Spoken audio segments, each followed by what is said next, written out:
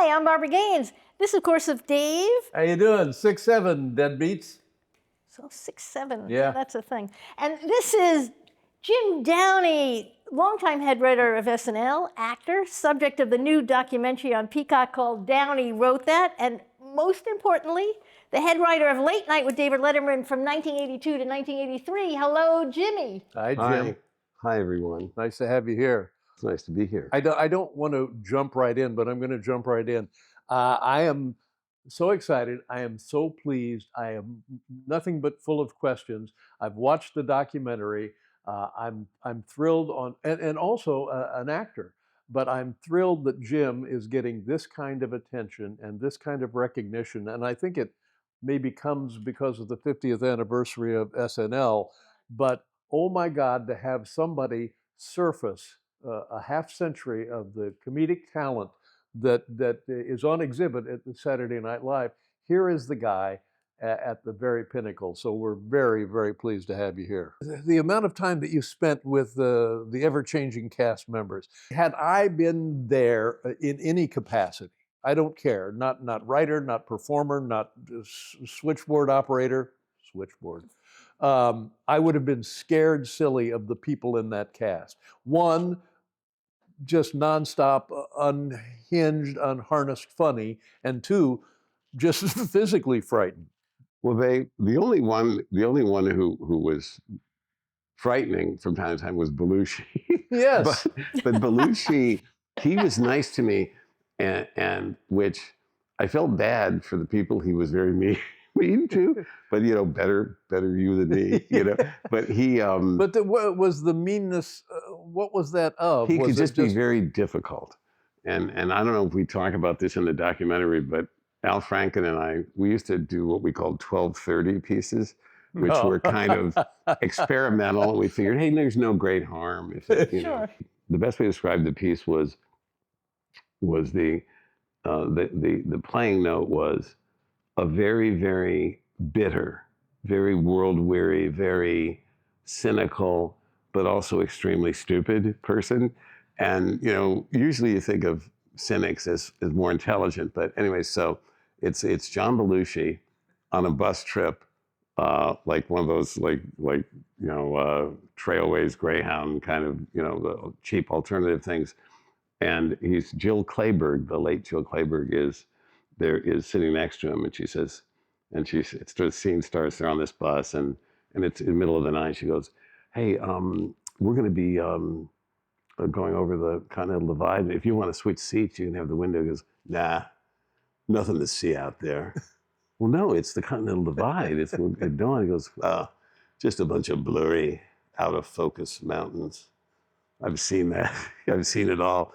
And then they get talking, and he's describing how his whole life he's been disappointed by things like they made this big deal out of the Louvre. He went there, just a bunch of fuzzy, ill-defined paintings and out of focus statuary. I don't know what the fuss is about. And anyway, so basically that was the basic thing. So it turns out that it's never occurred to him to have his vision checked. But he's very bitter about things. But it was just every variation of fuzzy, out of focus, ill-defined stuff. So anyway, I was sharing an office with Bill Murray. We had been assigned as roommates, and so office mates. And so in those days, we had our read-through. You go back to your office, then Lauren would call you individually, and his assistant would come and knock you and go, hey, Jim, Lauren needs you. So I come in, so he gets me, and I don't know where Al was, but he wasn't with me, although we wrote the piece together. And so I go back to Lauren's office, and Belushi's sitting there, and Lauren just goes, Jim, John doesn't understand the piece. And Belushi's like, yeah, I don't get it. Well, John, you're a very bitter, yeah, okay, very, very cynical, very world-weary, like George Sanders in what was that? Yes, what was bored. Yeah. But you're also really, really stupid. So, I don't know, I don't get it. And so Laura goes, well, okay, well, that's what it is. And so I go back to the office, and and Billy says, so what, are they doing the piece?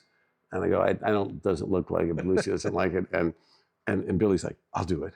I love that piece. I fucking love that piece. I'll do it. I go, really? You really like it? And at that time I hadn't written too much for Bill. And so it was great. It was great because he sparked to something I'd done. And so I go back to Lauren's office and I say, hey, Lauren, Billy said he'd love to do it. He's not that heavy in the show, so it's fine with me and Al if we just switch out the parts. Really? Okay, great, that's fine. So he goes and puts the card up on the board, and then 5 minutes later, I get a call. You got to go back to see Lauren, and Belushi's in the office again. Jim, John will do the piece. And it was totally actor stuff, you know, like, no, give it to someone else. No, in that case. How long, you started second year, and then what was your run at Saturday Night Live? Well, okay, so I did like seasons 2 through 5, which ended in May of 1980, and that's when you came with us. That's when the whole group Came to us in decided. 82. 82, yeah. It was like playing Major League Baseball and then going down to AAA. No, or it was Double not. A. It was Or maybe not. instructional I league. talk about, okay, the summer of 80, I was out with Frank and sharing a house in Sag Harbor. And my mother called me and said, Jim, have you seen this David Letterman show? And I knew who you were because I'd seen you on Carson. So she goes, Jim, it is the funniest thing. Absolutely the most brilliant thing. It's so, no offense, so much funnier than Saturday Night Live. I'm sorry, but it is. You have to see this show. And so I started watching the show. I thought it was genius. And I, obviously, you know, very different kind of thing because it was much brainier than what we did at Saturday Night Live, you know. When you came and were the head writer for us, and when I was interviewed for the documentary and delighted and pleased to be there, I was reminded then of material, specific pieces that you had done for us and you yourself were part of and I was part of. And I think I dislocated my sternum from laughing at these things that had happened. And it was, one was the world's largest doorknob, and then the giant doorknob. The giant doorknob was a George Meyer thing. Oh, is that right? It was one of his gift idea things. Yeah. Yeah, well, we didn't get to that in the documentary, but this is the kind of stuff that because you found this stuff funny, we could do. The way it worked, I was sort of the point man between the writers as a group and you, and we spent all that time in your office, and there was stuff sometimes that you thought was funny, but you said, I can't do that. I'm not going to do that. And sometimes I'd have to explain to some of the more hothead writers, like, you know, I felt like I was a communist trying to explain to the Spartacist workers brigade that we weren't sellouts. You know what I mean? Well, I remember George Meyer took a hike over something, and he just vanished and quit showing up. And I believe felt that we were being too middle of the road. That's right. And I would go, George, trust me. If America got to vote on the writing staff, they like Dave. If they got to vote on the writing staff, none of us would have jobs. And I remember one of the things that I always felt, and I've said this before, I don't think I said it in the documentary, but like having been at Saturday Night Live and at late night, this compliment Saturday Night Live as a show wanted was, that's really hip. At late night, that's really smart. And I mean, my heart was always with the kind of smart, just stuff that you could almost train the audience to like when the first time we did the giant doorknob, it was, I remember the thing was like, and from south of the border, El Knob Grande or whatever. And but we laugh at it now, but the audience kind of, and then I remembered I was pushing the idea of like, we should bring it back. And so like 2 nights later, we did this thing where you go, 2 nights ago, we introduced the giant doorknob, and frankly, we were disappointed by the reaction of the audience, and we think we failed we failed you, the audience. We, late night, failed you because we did not convey to you just how big this doorknob is. And that's on us. That is on us, ladies and gentlemen. So we had like a chart where it's like giant doorknob, great white whale or something, brontosaurus, you know. But the doorknob, we kept having it get bigger and bigger and bigger. I remember one time. Was it constantly being disputed that we would have other? Oh no, wait a minute. That was The giant vase. That was the giant vase. That was the thing that started with a postcard that Ian Fraser had sent me from Zanesville, Ohio. They put the world's largest vase as their like most famous thing about Zanesville. We decided the first thing we did was we found out that the owner was the head wrestling coach at Iowa State. You had him on the phone. Then we had a guy in Canada who disputed our claim that he thought his vase was larger. And we had on F. Lee Bailey to do a lie detector thing to determine if he was telling the truth. He had a voice stress analyzer. And remember, we had an opening like cocktail party for swells. We had like Chris Elliott in a tuxedo and sipping cocktails with a waiter with hors d'oeuvres and stuff. As a select group got to see the vase up close. And then, but the last night was the world's largest vase issued its farewell to late night. That was you. That was my voiceover. And it was in the time I have spent among you, I have observed much that impresses me and much that leaves me disturbed. To me, your civilization resembles a rickety end table on which the vase of brotherhood is perched precariously. And there is Daniel Stern, who is one of the guests. Like, what the fuck is going on? Right, he was at the party. Well, he'd been on the show, so he was one of the people, the band, Paul Schaefer and Will Lee and Steve Jordan, like listening to the wisdom of the world's largest vase. Yeah. And like, I, for better or for worse, there's no other show where.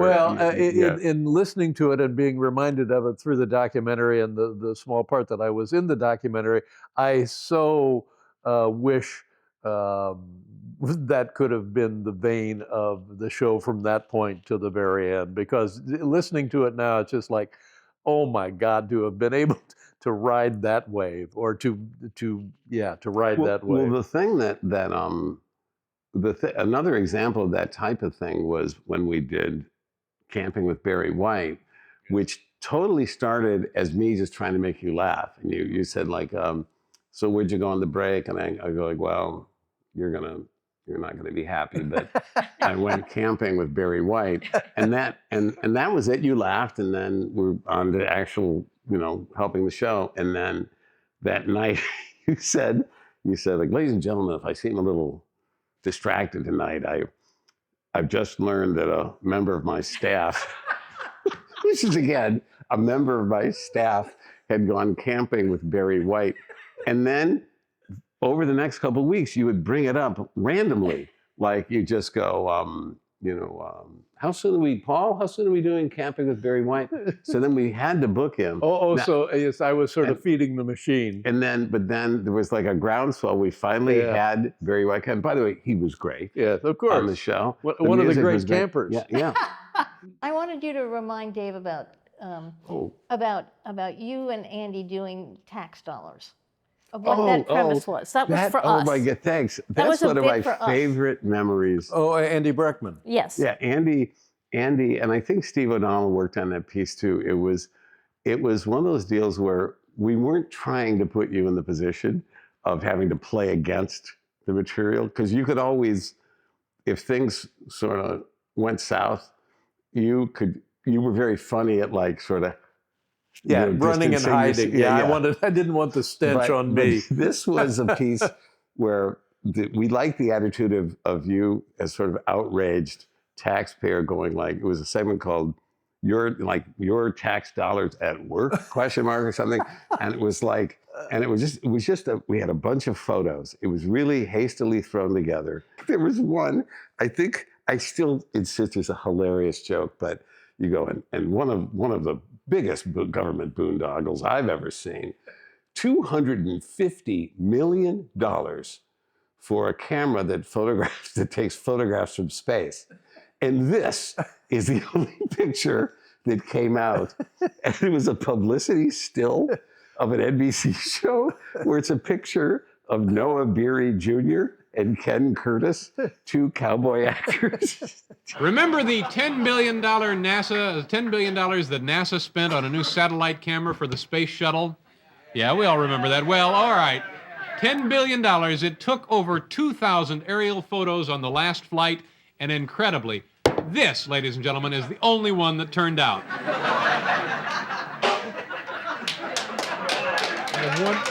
Oh, no. And then this is one of the things I loved about Hal Gurney. He cuts to me and Andy watching from the doors there by Candy Corral. We see we're on camera and bolt into the green room. And you go like, did I just see some of the writers exit the building? And then, so we're in there, we're sitting in there, and we had the presence of mind. The piece ends, and you go, the last item, and they got like a standing ovation from the audience. This is the Carson and move. and so and it gets this big ovation, and then we see the handheld camera in the green room. So Andy and I just stood up and like, did a congratulations, job well done, guys. And that I remember you laughed really hard at. Well, let me one more.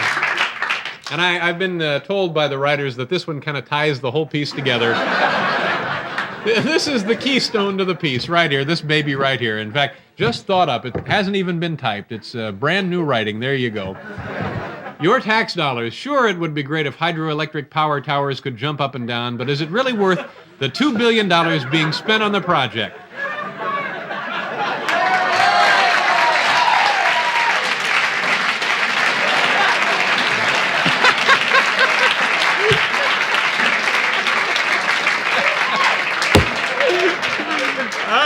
They're celebrating in the locker rooms here at Shea Stadium, ladies and gentlemen. You know, we always used to have every writer has his own impression of a piece dying. Like Marty Short does this beautiful Canadian loon, just the size of. Of course, I can't do a loon. My thing was always like a ghost town with the tumbleweed blowing down the main street and the wooden screener going bam, bam, bam, bam, bam, bam, bam, bam. And Jay Moore used to just talk about a piece playing the silence that halfway through you could hear the air conditioner kick in at Hurley's. Jim, I want you to talk about, and then we'll let you go, but talk a little bit about working with Norm. Oh, well, I mean, Norm was a lot like you, that you guys were willing to do stuff that you loved and not be troubled unduly by the audience not getting it or liking it. I had been called out for my first and only dressing down by network executives in the summer of '94. And it was in Don June. Ohlmeyer? This is Don Ohlmeyer, had taken over the network. They had a laundry list of things that they insisted change at the show. Like Ohlmeyer insisted that Kevin Nealon, who had taken over Update from Dennis Miller, had to go. He couldn't do Update. Kevin Nealon. Yeah. One of the funniest humans on the planet. And Kevin was not only brilliant, he was one of the most beloved people. Like if we'd had an election for shop steward for our union, it would have Kevin act by acclamation. Ohlmeyer presented this as an absolute, non-negotiable. And so then we were invited to so who's it going to be? Who's going to take over? And Al Franken had proposed himself and had some backing, and Bertie Brillstein, who was Lauren's manager, but also Bill Mars, had been pushing him. And I was there I wanted Norm Macdonald, and they had first, it was a few minutes after Ohlmeyer had wanted to fire Norm too. who'd been a featured player that season. Anyway, the reason that meeting ended was because visiting hours at LA County were starting, and Don was going to visit the Oh, Jews. my. Oh, wow. Yeah. When Norm took over Update in the fall '94, we did at least one OJ joke for each of our 22 shows. So let's say we did like 30 that year.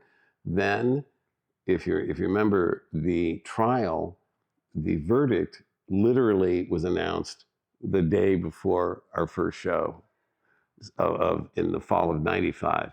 So then we did the whole season about the trial and the aftermath, and again, probably at least one OJ joke every week. And then the third season, we were doing Update. It was about the civil trial. Oh, Remember? man. So we had that, and the timing just couldn't have been better for us. And then finally, year 4, so Norm had done it fall of '94, fall '95, fall '96.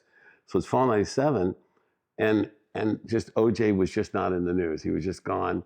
He'd had to, give up his Heisman Trophy and all that stuff. And so, we would have loved to, but OJ didn't cooperate until, so we were doing we do 9 shows before Christmas.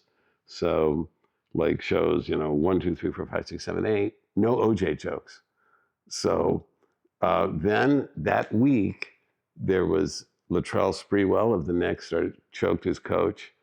And then OJ was eating at a restaurant in Brentwood, and some other patrons were offended by his presence, and OJ was asked to leave, but he shook down the restaurant for like a gift voucher or something. But anyway, so that Update is the show before Christmas. We did 2 jokes. We did because Latrell Sprewell hired Johnny Cochran as his attorney. And Johnny Cochran vows to find the real choker was one joke. And then OJ not only got $300 in damages, but the restaurant must now set up separate murderer and non-murderer sections. And so that was on Update. And, and all I can conclude is that Ohlmeyer was like, okay, thank God it's over. It's been 3 years of this shit. 3 years of OJ calling me at 9 a.m. on Sunday. What the hell, Don? I thought you ran this network, And so he must have felt like, oh, thank God, it's over. And then finally, like, bam, bam, at the Christmas show. So I was at home seeing my little son, and then the phone rings, and it's a producer of the show going, 2 things: Chris Farley's dead, and you and Norm are fired.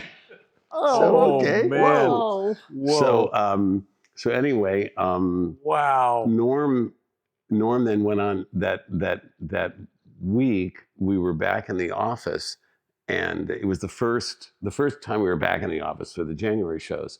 Norm, you called up Norm and said, "Hey, you should do the show," and I said, "Yeah, you should definitely do the show." And NBC was like, "You know what? We don't think it's the best idea. I'll tell you why. The classy move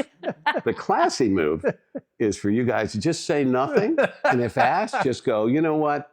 It's a mutually agreeable." And I'm going like, why the hell would we say that? Why? What the hell? Are you serious? And so Norm went and did your show in one of the most legendary appearances. yeah. So he goes, "Oh yeah, I'm firing you there from the show." And then I said, "Oh, that's not good." And then I said, "Why is that now?" And he goes, "Oh, you're not funny." Yeah. And then I said, "Holy Lord, that's even worse news, He goes, "No, I don't got nothing to fall back on." No. He's a good man. He just fired you. What do you mean he's a good? What is wrong with you? You quisling? Stop that.